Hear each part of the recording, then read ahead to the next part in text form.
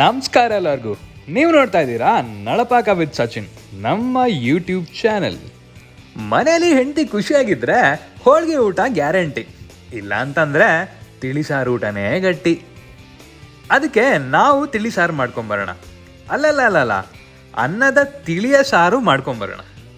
ಈ ಸಾರು ಮಾಡೋಕ್ಕೆ ಯಾವುದೇ ರೀತಿ ಕಾಸ್ಟ್ಲಿ ತರಕಾರಿಗಳು ಬೇಕಿಲ್ಲ ಕಣ್ರಿ. ಬೇಕಾಗಿರೋದು ಅನ್ನ ಹಾಗೂ ಅನ್ನದಿಂದ ತೆಗೆದ ತಿಳಿ, ಅಷ್ಟಿದ್ರೆ ಸಾಕು.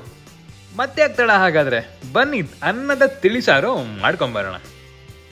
ಮೊದಲಿಗೆ ಅಕ್ಕಿನ ಪಾತ್ರೆಗೆ ಹಾಕಿ ಅನ್ನ ಆಗುವವರೆಗೂ ಬೇಯಿಸ್ಕೊಳ್ಳಿ.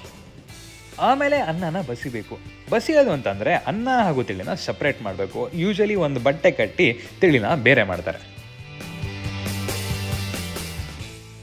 ಈಗ ಒಂದು ಪ್ಯಾನ್ ತೊಗೊಳ್ಳಿ. ಪ್ಯಾನ್ ತೊಗೊಂಡು ಅದಕ್ಕೆ ಸ್ವಲ್ಪ ಎಣ್ಣೆ ಹಾಕಿ, ಎಣ್ಣೆ ಚೆನ್ನಾಗಿ ಕಾದ್ಮೇಲೆ ಒಗ್ಗರಣೆ ಮಾಡ್ಕೋಬೇಕು. ಒಗ್ಗರಣೆಗೆ ಏನೇನು ಹಾಕ್ತಾರೆ ಅಂಥೇಳಿ ನಿಮ್ಗೆ ಸಾಧಾರಣವಾಗಿ ಗೊತ್ತೇ ಇರುತ್ತೆ.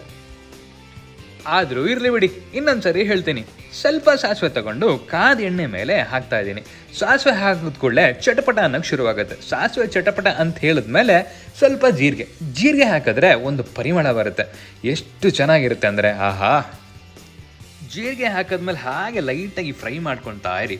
ಸ್ವಲ್ಪ ಫ್ರೈ ಆದಮೇಲೆ ನೆಕ್ಸ್ಟು ಮೆಣಸಿನ್ಕಾಯಿ ಹಾಕಬೇಕು. ಕೆಂಪು ಮೆಣಸಿನ್ಕಾಯಿ ಹಾಕ್ತಾ ಇದ್ದೀನಿ. ಎಷ್ಟು ಬೇಕೋ ಅಷ್ಟು ಮೆಣಸಿನ್ಕಾಯಿ ಹಾಕಿ ಮತ್ತೆ ಫ್ರೈ ಮಾಡೋಕ್ಕೆ ಶುರು ಮಾಡಿ. ಈ ಕೆಂಪು ಮೆಣಸಿನ್ಕಾಯಿ ಒಂದು 2-3 ಹಾಕಿದರೆ ಸಾಕಾಗುತ್ತೆ, ಯಾಕಂದರೆ ನಾವು ನೆಕ್ಸ್ಟು ಹಸಿಮೆಣಸಿನ್ಕಾಯಿ ಕೂಡ ಹಾಕ್ತಾ ಇದೀವಿ. ಅದಕ್ಕೆ ನೋಡಿಕೊಂಡು ಮಾಡಿಕೊಂಡು ಹಾಕಿ.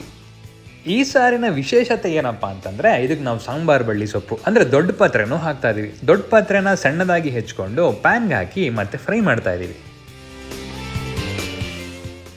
ಎಷ್ಟರವರೆಗೆ ಫ್ರೈ ಮಾಡಬೇಕು ಅಂತಂದರೆ ಸಾಂಬಾರು ಬಳ್ಳಿ ಸೊಪ್ಪು ಅಂದರೆ ದೊಡ್ಡ ಪಾತ್ರೆ ಚೆನ್ನಾಗಿ ಎಣ್ಣೆಯಲ್ಲಿ ಬಾಡೋವರೆಗೂ ನೀವು ಫ್ರೈ ಮಾಡಬೇಕಾಗತ್ತೆ.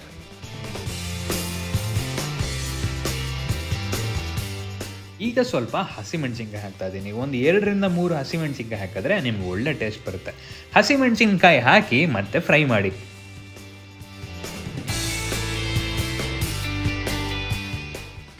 ಈಗ ನಮ್ಮ ಮನೆ ದೇವರು ಕಾಯಿ. ನಾನಿಲ್ಲಿ 1 ಕಪ್ ಕಾಯಿನ ತೊಗೊಂಡು ಪ್ಯಾನಿಗೆ ಹಾಕಿ ಲೈಟಾಗಿ ಫ್ರೈ ಮಾಡ್ತಾ ಇದ್ದೀನಿ.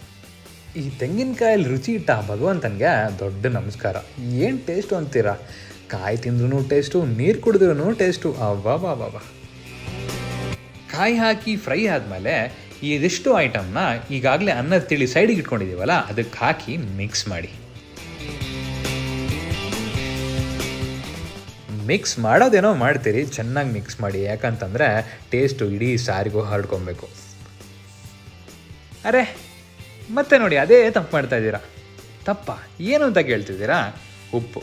ರುಚಿಗೆ ತಕ್ಕಷ್ಟು ಉಪ್ಪು ಹಾಕೋದೇ ಮರೆತರೆ ಹೆಂಗೆ ಹೇಳಿ? ಸ್ವಲ್ಪ ಉಪ್ಪು ಹಾಕ್ಕೊಳ್ಳಿ, ಎಷ್ಟು ಬೇಕೋ ಅಷ್ಟು ನೋಡ್ಕೊಂಡು ಹಾಕ್ಕೊಳ್ಳಿ. ಉಪ್ಪು ಹಾಕಿದ್ಮೇಲೆ ಮತ್ತೊಂದು ಸಾರಿ ಮಿಕ್ಸ್ ಮಾಡಲೇಬೇಕು, ಇಲ್ಲಾಂತಂದರೆ ಮನೆ ಮಂದಿ ಹತ್ರ ಎಲ್ಲ ಬೈಸ್ಕೊತೀರ. ಉಪ್ಪಾಗಿದ್ರೆ ಚೆನ್ನಾಗಿ ಮತ್ತೆ ಮಿಕ್ಸ್ ಮಾಡಿ. ಇದೊಂಥರ ಈಸಿ ಅಡುಗೆ ಕಣ್ರಿ, ಇನ್ಸ್ಟೆಂಟಾಗಿ ಆಗೋಗುತ್ತೆ. ಆದರೆ ಅನ್ನನ ಮಾತ್ರ ನೀವು ಪಾತ್ರೆಯಲ್ಲೇ ಮಾಡಬೇಕಾಗುತ್ತೆ, ಯಾಕಂದರೆ ಕುಕ್ಕರಲ್ಲಿ ಮಾಡಿದ್ರೆ ನಿಮ್ಗೆ ತಿಳಿ ಸಿಗಲ್ಲ. ಇನ್ನೇನು ಸಾರು ಆಯ್ತಲ್ಲ ಅಂಥೇಳಿ ವೀಡಿಯೋನ ಕ್ಲೋಸ್ ಮಾಡಿಬಿಟ್ಟಿರಿ. ಇನ್ನು ಸ್ವಲ್ಪ ಇದೆ. 1 ಕಪ್ಪು ಕೊತ್ತಂಬರಿ ಹಾಕ್ತಾಯಿದ್ದೀನಿ, ಕೊತ್ತಂಬರಿ ಸೊಪ್ಪು ಹಾಕ್ತಾಯಿದ್ದೀನಿ. ಈ ಕೊತ್ತಂಬರಿ ಸೊಪ್ಪು ಒಂದು ಒಳ್ಳೆ ಟೇಸ್ಟ್ ಕೊಡುತ್ತೆ. ಕೊತ್ತಂಬರಿ ಸೊಪ್ಪು ಹಾಕಿದ್ಮೇಲೆ 1 ಕಪ್ಪು ಮೊಸರು ಹಾಕಿ ಚೆನ್ನಾಗಿ ಮಿಕ್ಸ್ ಮಾಡಿ. ಅಲ್ಲಿಗೆ ಒಂದು ಒಳ್ಳೆ ಸಾರು ರೆಡಿ ಆಗುತ್ತೆ. ಮಧ್ಯಾಹ್ನಕ್ಕೆ ಅನ್ನಕ್ಕೆ ಕಲಿಸ್ಕೊಂಡು ತಿನ್ಲಿಕ್ಕೆ ಮಾತ್ರ ಭಾರಿ ಚೆನ್ನಾಗಿರುತ್ತೆ. ಇದಕ್ಕೆ ನಾನು ಬೆಳ್ಳುಳ್ಳಿನೂ ಹಾಕಿಲ್ಲ, ಈರುಳ್ಳಿನೂ ಹಾಕಿಲ್ಲ, ಆದರೆ ಟೇಸ್ಟ್ ಮಾತ್ರ ಸಖತ್ತಾಗಿರುತ್ತೆ. ನೀವು ಒಂದ್ಸರಿ ಮನೇಲಿ ಟ್ರೈ ಮಾಡಿ ಹೇಗಿದೆ ಅಂತೇಳಿ ಕಮೆಂಟ್ ಸೆಕ್ಷನಲ್ಲಿ ತಿಳಿಸಿ. ಹಾಗಾದರೆ ಮತ್ತೊಂದು ರೆಸಿಪಿಯೊಂದಿಗೆ ನಾನು ನಿಮಗೆ ಮುಂದಿನ ವೀಡಿಯೋದಲ್ಲಿ ಸಿಗ್ತೀನಿ. ಅಲ್ಲಿವರೆಗೂ ನಮ್ಮ ಚಾನಲಲ್ಲಿ ಇನ್ನೂ ಹಲವಾರು ಅಡುಗೆ ವೀಡಿಯೋಸ್ಗಳಿದೆ, ನೋಡ್ತಾ ಇರಿ, ಮನೇಲೂ ಟ್ರೈ ಮಾಡ್ತಾ ಇರಿ. ಹಾಗಾದರೆ ಮತ್ತೆ ಸಿಗೋಣ. ನಮ್ಮ ರೆಸಿಪಿ ನಿಮ್ಗೆ ಇಷ್ಟ ಆಗಿದ್ರೆ ನಮ್ಮ ಚಾನಲ್ನ ಲೈಕ್ ಮಾಡಿ, ಶೇರ್ ಮಾಡಿ, ಸಬ್ಸ್ಕ್ರೈಬ್ ಮಾಡಿ, ಬೆಲ್ ಐಕನ್ ಮೇಲೆ ಒತ್ತಿ ಸಪೋರ್ಟ್ ಕೂಡ ಮಾಡಿ.